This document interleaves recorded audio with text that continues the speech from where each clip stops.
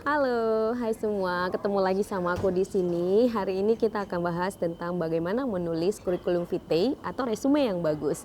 Oke, ikutin sampai habis ya.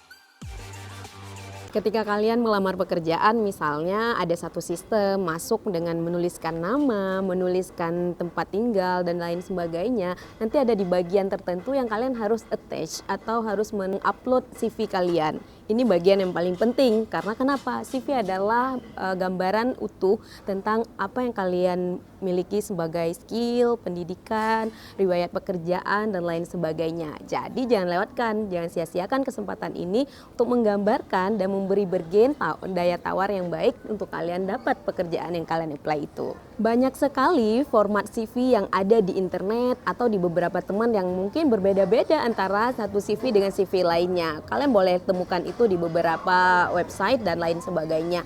Tapi yang pastinya saya di sini ingin menekankan kepada substansi, bukan kepada susunan apa saja yang paling penting di dalam CV. Mungkin saya akan jelaskan sedikit apa sih bagian-bagian penting dari sebuah CV. Yang penting lainnya adalah substansi atau isi di dalam CV tersebut agar punya daya tawar, agar punya daya tarik yang membuat orang lain tertarik untuk mengundang kalian untuk interview dan wawancara. Jadi CV ini adalah jembatan antara kalian dengan HRD, dengan tim rekrutmen yang akan mewawancara kalau memang mereka tertarik dengan CV kamu.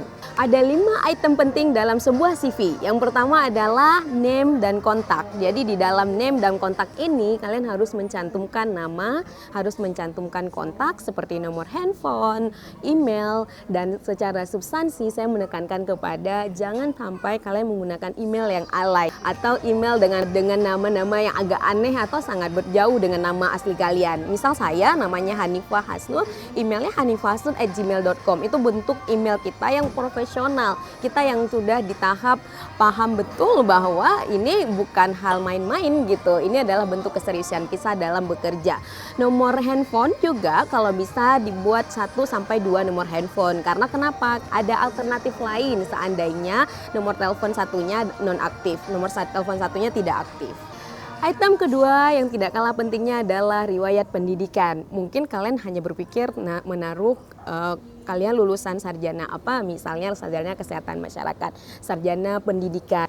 Tapi hal yang lain yang paling penting di sini adalah secara substansi jangan lupakan taruh juga durasi kalian sekolah atau kuliah di jurusan tersebut. Misalnya S1 4 tahun 2012 sampai 2016. Ini akan menunjukkan bahwa kalian kuliah dan selesai tepat waktu. Di dalam bagian riwayat pendidikan juga boleh ditambahkan IPK.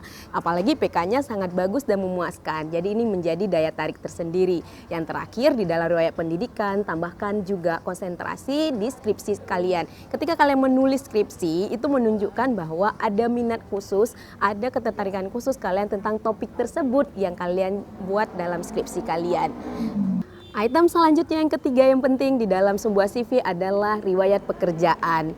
Saran saya di riwayat pekerjaan, tulis pekerjaan yang relevan dengan yang akan kalian apply, dengan program yang akan kalian coba apply, atau dengan pekerjaan yang akan apply. Kenapa relevansi ini akan menunjukkan bahwa kalian orang yang cocok dan cukup kompeten dalam bidang yang akan ditawarkan oleh perusahaan atau organisasi tertentu. Hal lain harus diperhatikan di bagian pengalaman pekerjaan adalah detail pekerjaan yang kalian lakukan. Misalnya di bimbingan belajar kalian sebagai seorang tentor, maka sebutkan di dalamnya juga bullet pointnya, juga mengajar, membuat silabus, membuka sosialisasi juga untuk mahasiswa yang butuh kelas tambahan dan lain sebagainya. Jadi detail pekerjaan itu akan menunjukkan gambaran utuh kalian itu bekerja di situ sebagai apa dan punya job desk seperti apa.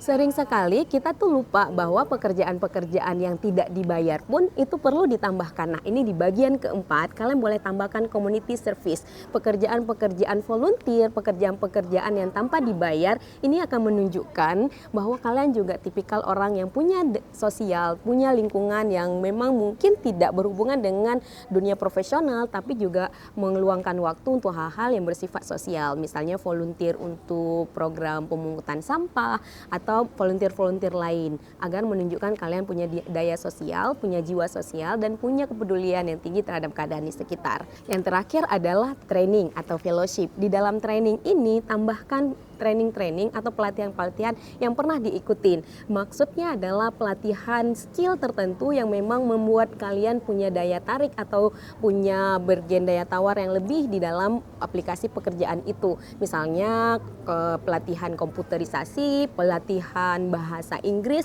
dan pelatihan-pelatihan lain yang punya relevansi untuk pekerjaan itu, yang menguatkan kalau seandainya si pemilik perusahaan tertarik dengan profil kamu dan kemudian kamu tambahkan bahwa pernah ikut pelatihan ini, mereka sudah berasumsi bahwa kamu punya kemampuan di bidang tersebut, di bidang bahasa, di bidang komputer, dan lain skill-skill yang lain yang pernah kalian ikutin.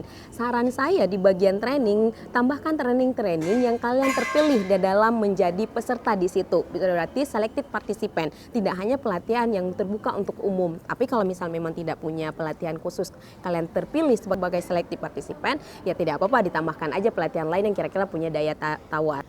Well, selain kelima item tersebut tadi yang saya jelaskan, ada juga bagian-bagian penting lainnya seperti kalian boleh menambahkan sisi kirinya itu dengan gambaran deskripsi tentang kalian. Maksudnya keseharian, bentuknya narasi, bukan bentuk bullet point lagi. Saya adalah seorang penulis, saya seorang pengajar, saya adalah seorang lulusan Kesmas yang punya ketertarikan tinggi terhadap ilmu ekonomi kesehatan, sehingga saya punya skripsi juga menuliskan tentang apa gitu. Jadi itu deskripsi singkat tentang kalian. Mungkin kalau misal mereka tertarik akan melihat deskripsi singkat ini, akan terbayang kamu itu seperti apa kesehariannya. Kemudian di bagian samping juga boleh ditaruh kemampuan berbahasa yang kalian rasa itu cukup memiliki daya tarik. Misalnya kemampuan berbahasa Rusia, misal bahasa yang memang orang lain tidak banyak yang mampu memiliki kemampuan itu, atau kemampuan berbahasa Inggris. Dan yang ketiga boleh ditambah juga grant yang pernah kalian dapat, maksudnya reward yang pernah kalian dapat. Misal kamu pernah juara apa. Karena kenapa ini tidak masuk ke dalam bagian kelima tadi, karena kadang-kadang ini kan hanya nilai plus yang harus kalian tambahkan untuk membuat CV kalian lebih menarik. Yang tidak boleh ditinggalkan di dalam CV adalah pengecekan tulisan. Kalian jangan biarkan CV kalian ada typonya, ada kesalahan pengetikan. Ini penting menunjukkan keseriusan kalian, karena CV boleh dilihat berkali-kali sebelum kita kirimkan. Jadi sangat kecil kemungkinan salah semestinya. Kalau misal sampai salah, mereka bisa melihat kamu itu kurang teliti, kurang kejelian. Hal lain yang perlu dihindari lagi dalam membuat CV adalah ketidakdetailan, atau misalnya kalian hanya menuliskan training komputer sudah gitu, tapi padahal kan di dalam komputer ada banyak skill kan, misalnya skill menggunakan presentasi, skill menggunakan aplikasi-aplikasi tertentu di dalam komputer. Jadi buat detail yang memungkinkan untuk orang lebih paham lagi keadaan yang sebenarnya.